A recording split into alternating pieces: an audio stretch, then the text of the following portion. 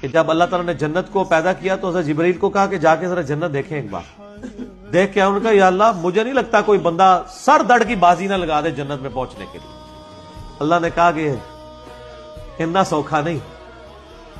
اللہ نے جنت کو ڈھانپ دیا ناگوار چیزوں سے، مشقتوں سے، اور کہا کہ اب جا کے دیکھو. جب واپس آئے انہوں نے کہا اللہ تیری عزت کی قسم مجھے نہیں لگتا کوئی بندہ جنت میں جانے میں کامیاب ہوگا. یہ حضرت جبرائیل علیہ السلام کا ایکسپرٹ اوپینین ہے، کسی عام بندے کا نہیں. نظر بھی آ رہا ہے سر، دیندار ہے وہ بھی دنیا کا کتا بنا ہوا ہے، اور جو دنیا کا کتا ہے وہ تو پہلی دنیا کا کتا بنا ہوا ہے. نظر آ رہا ہے.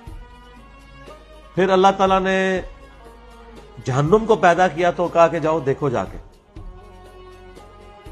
انہوں نے کہا یا اللہ توبہ، اتنا عذاب ہے اس کے اندر کہ کوئی بندہ ایسی حرکت کرنے سوچے گا بھی نہیں کہ وہ دوزخ میں جائے.